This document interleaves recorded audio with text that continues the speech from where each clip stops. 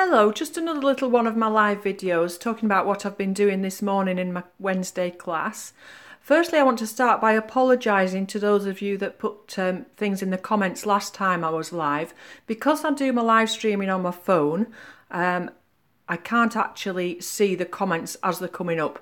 So I will comment to you afterwards. I'll have a look back at the chat afterwards and reply to any comments you've got, but I can't do it whilst we're live because I can't the other thing is I'm not very good at concentrating on talking, looking at the chat and concentrating on what I'm talking about at the same time. But if you did want to comment in the live chat, feel free to, and I'll get back to you later once I come back to this at a later date. So this little castle, I'm just going to find the picture of it actually. I can't find the picture. I think... there it is, sorry, disappeared there. So this was a photograph I found on Pixabay earlier, and it's obviously a little ruin. It looks like it's probably in Scotland or somewhere like that. And what we were talking about this morning was doing an ink and wash painting and keeping the colours in the wash quite restricted really, because when you're doing ink and wash, the idea is that the emphasis is on your drawing. You don't want to lose that drawing under all your colours afterwards. So I did quite a detailed picture of this ruin with just let me have a look. So it's a Faber-Castell Pitt pen, and that one's a medium. And it probably took me about half an hour to do the actual drawing. And then, although it's water fast, I always leave it a few minutes to dry, just because sometimes when you do put the water on as soon as you've finished doing your ink drawing, you can lift it up if you're not careful. So always leave it a few minutes or blast the hairdryer over it once you've finished your ink drawing.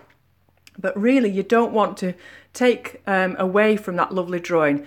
So you're using the watercolour just to add a dash of colour and liven the picture up a little bit, but most of the work is in the drawing. And I'd said to the ladies, I made them a few little notes, and I'd written on there that I would spend 80% of your time on drawing and very little on actually adding the colour, and to keep just a few colours and what it lends itself to as well, that this type of work in ink and wash really sort of lends itself to doing things like architecture, because you've got all those nice stones and things that you can do.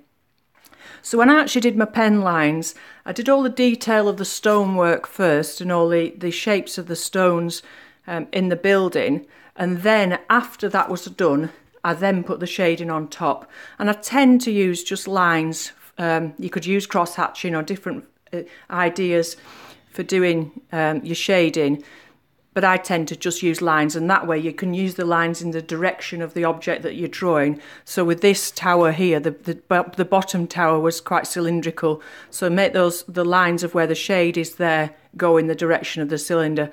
So with this one, I mean, it looks as if this top part was going to fall away, and that was quite more structured, and that had more what would you call them, dress stones on it really, whereas the rest of them were quite cobbly stones. I know they used to get them out of the bottom of rivers and things to make buildings. But, so just what I did to begin with was I got the pencil and I did these 3 or 4 shapes in oblongs, and then a pencil line perhaps for a bit of the ground. But apart from that, I went on with the ink and then obviously rubbed the pencil lines out afterwards. So that was all I wanted to talk to you about really, just to say that when you do a lovely pen drawing, don't then go and cover it all in paint. Make the drawing the focal point. Excuse me, my heater's just come on, if that's you're wondering what that noise is.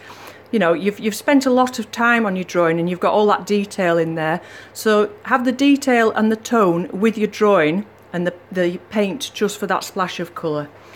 Okay, so once again, thank you very much for joining me. I'll perhaps come back and do something more on this in a more in-depth video another day. And I'll just put that there, because you can obviously pause the film on that there if you want to read that as well. So that was just a few little notes we had this morning. As you can see, I put at the top, less is more, because actually there are only, I didn't talk about the colours, but there are very few. So these were the colours I mixed up. It was cobalt with a little bit of cerulean, a grey made out of, the stony colour made out of the 3 primaries, some yellow ochre, and again a green made from the yellow ochre and the cobalt. Okay, so I'll pop that there, and then you can read it if you want to pause it. But thank you very much for joining me today, and I'll be back with you again soon. Bye for now.